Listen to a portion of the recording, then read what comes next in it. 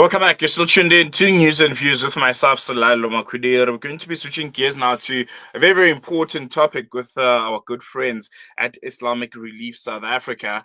The issue of youth unemployment. It remains one of South Africa's most pressing social and economic challenges. According to Stats SA, more than 50% of young people between the ages of 15 and 34 are unemployed, a figure that continues to stoke frustration, hopelessness, and social strain across communities. And today we'll be turning our attention to solutions, not just statistics, by speaking to Munawwarah Ibrahim, Head of Communications at Islamic Relief South Africa. IRSA has been actively engaging with young people, offering mentorship, skills development, and community programs that are aimed at empowering the next generation and helping them find meaningful employment and purpose. And in this segment, we'll be exploring exactly that, the initiatives that IRSA is spearheading, some of the real barriers that young people face in the job market, and how ordinary South Africans, you and I, can be part of driving that change. Munawwarah, assalamu alaikum. Jazakallah so much for chatting to you. Always a pleasure. Wa alaikum assalam. Thank you so much for having me. I think this is a really, really important discussion, and I'm really, really keen to have it with you today. Most definitely. You recently attended the Exe Mamela Youth Expo with the Parliament and Department of Public Works and Infrastructure. Can you give us a bit more insight on what that event aimed to achieve, and why was it so important for Islamic Relief South Africa to be involved and to be a part of it? Absolutely. This youth expo was held last week Thursday at the Athlone Civic Centre in Cape Town. And it was really, really such an energizing experience. We were hosted by Honourable Member Noluthando Makasi from the Parliament of South Africa, as well as the Deputy Minister of Public Works and Infrastructure.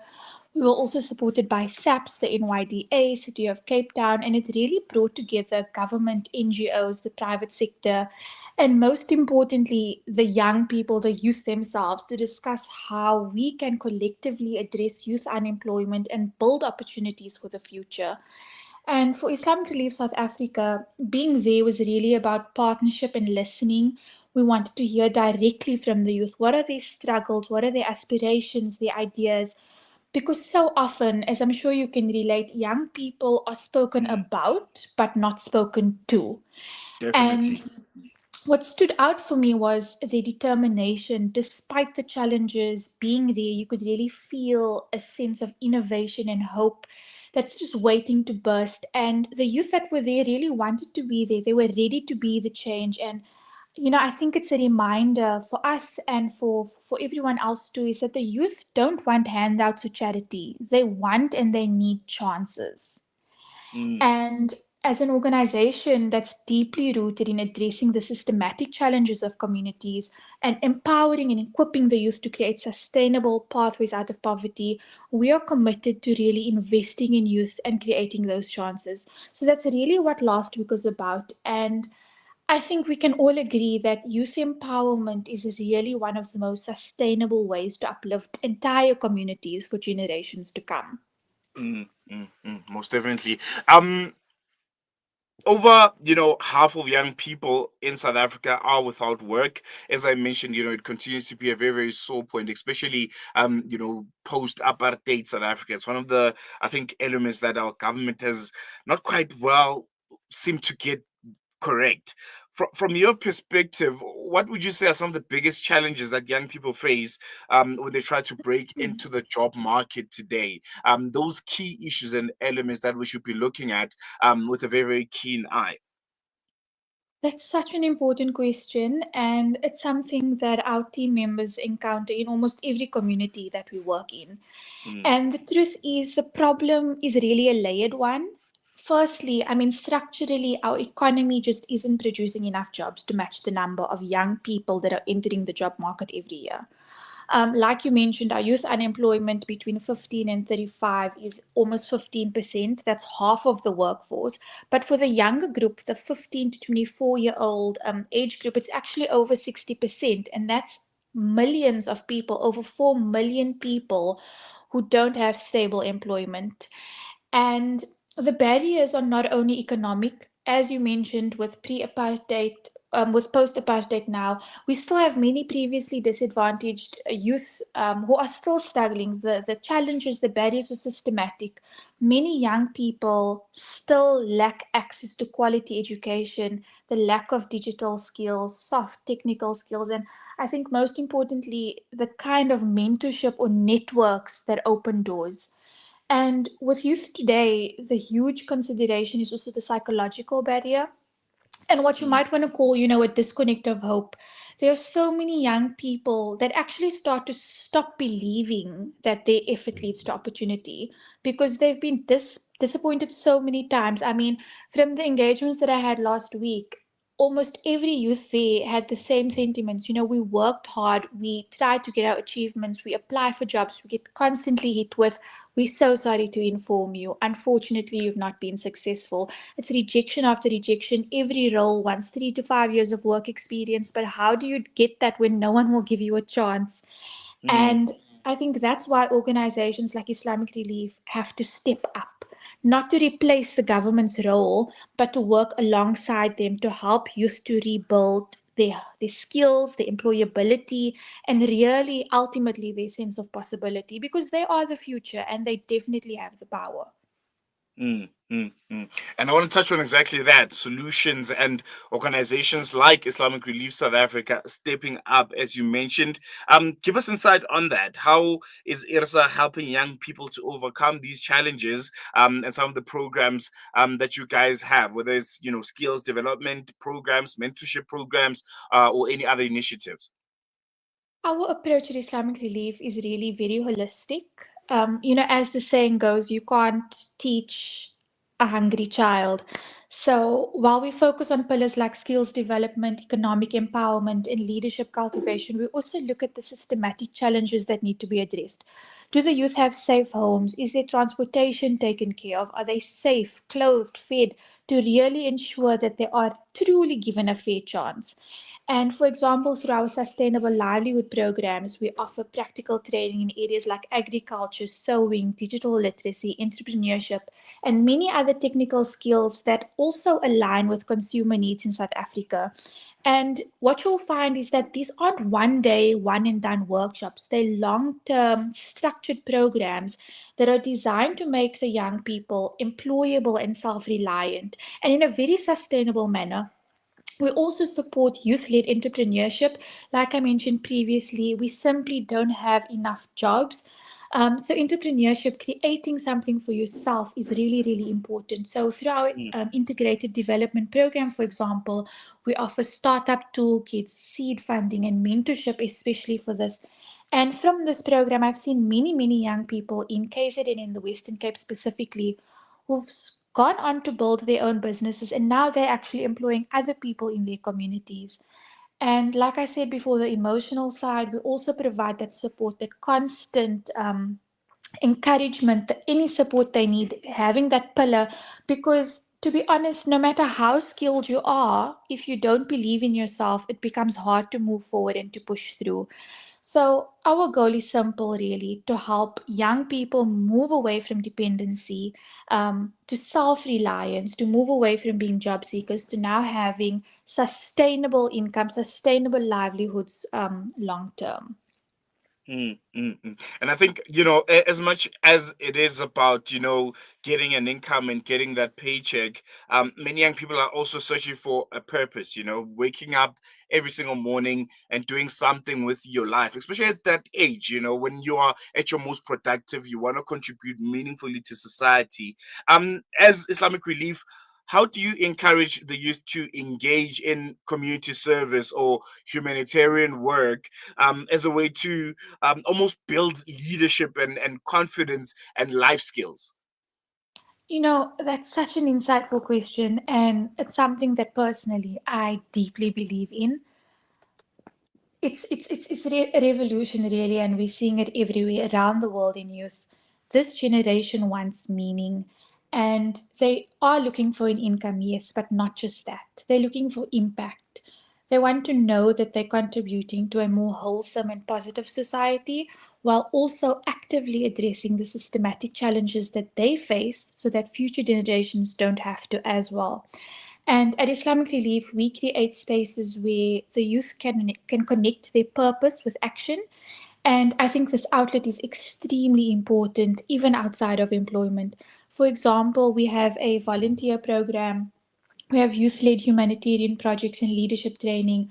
We really work with youth to show that this service isn't something small. It's actually the foundation, excuse me, of leadership.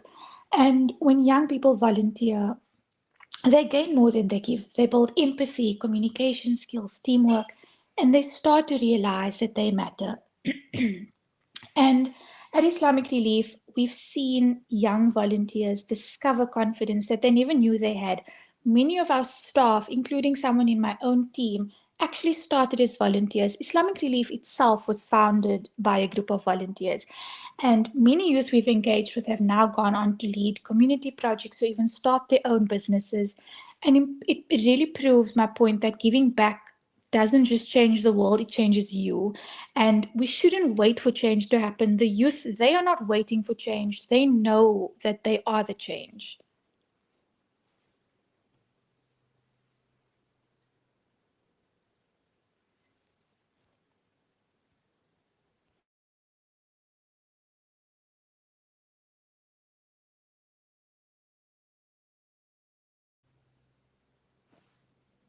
And just lastly, before I let you go, Munawwarah, for young people who are feeling hopeless at this current juncture, who feel like they have nothing to contribute, they felt disconnected and hopeless about their future prospects.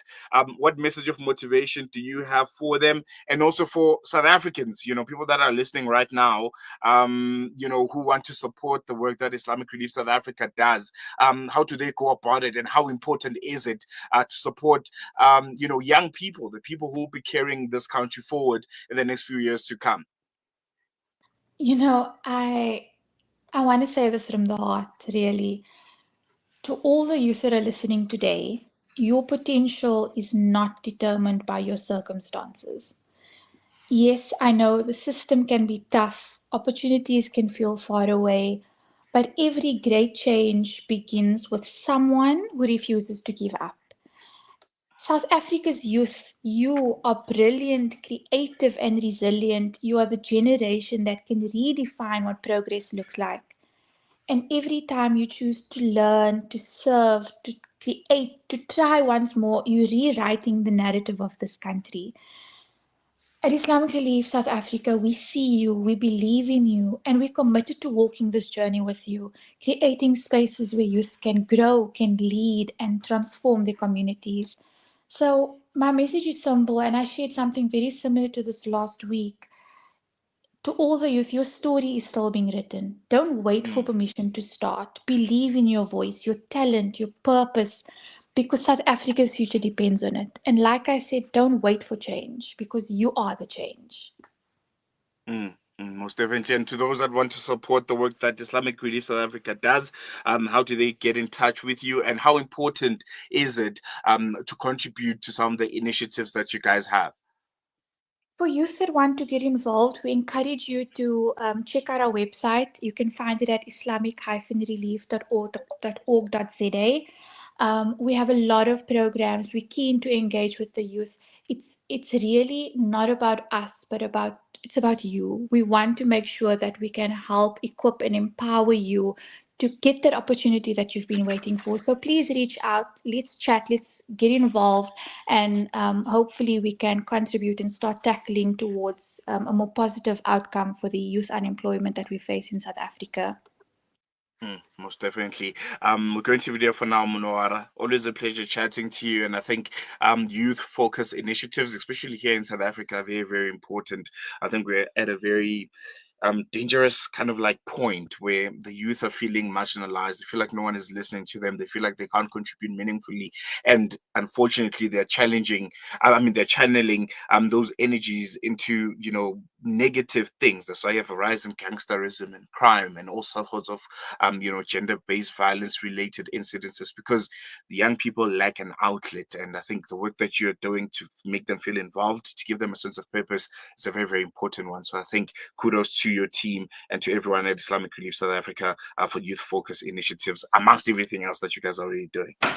No, I think you hit the nail on the head. I think that outlet is so important, and whether through a program of ours, whether it's through volunteering, we want to get engaging with the youth. So please, if you're listening to this today, please go to our website. That's islamic-relief.org.za. We'd love to hear from you, and thank you so much for having me here today. And I'm looking forward to chatting again soon. There you go. We're going to there for now. That was IRSA Head of Communications, Munawwarah Ebrahim, giving us insight on some of the steps that they're taking to tackle one of the sore points of post-apartheid South Africa, the issue of youth unemployment. More than 50% of young people are without work. South Africa is a relatively young population, so you can imagine how many people that 50% translates into, how many lives, how many young people feel disillusioned, they feel like they're not being heard. They feel like they don't have a purpose, and I think it's very, very important that we start changing the conversation, start interacting with young people. Another interesting fact is next year is going to be the 50th anniversary of June 16th. So it's a very important juncture. It's a moment that, as young people of South Africa, when you look back to that moment and you reflect to it, it was a moment where the young people of South Africa at the time took it upon themselves to make meaningful change into the country, into contributing meaningfully, into saying, you know what, we're seeing the efforts of the older generation, but it's not yielding the correct kind of results. And ultimately, we're the ones that are going to be bearing the brunt of those decisions. So we need to act. And I think young people of South Africa at this current moment, we are at that moment. We are at that juncture where we need to step up now. It's no longer waiting for the oldest generation, waiting for the government to do something about it. As Munawwarah said, it's time for you to write your own story. It's time for you to step up and to act. No one else will do it for you. All of the avenues are there. Organizations like Islamic Relief South Africa are there, and I think they are more than open to having those kind of conversations, to engage with you and to assist you. So yeah, head over to their website, islamic-relief.org.za. Get a bit more information on how you can get involved in their projects, volunteer work, how you can be involved in that. Otherwise, if you just want to contribute, as a South African, as a Muslim, if you want to, be part of that change, and you can only do that by offering a donation, a zakat, layla of some sort. You're also welcome to do that and contribute meaningfully to the work that they're doing.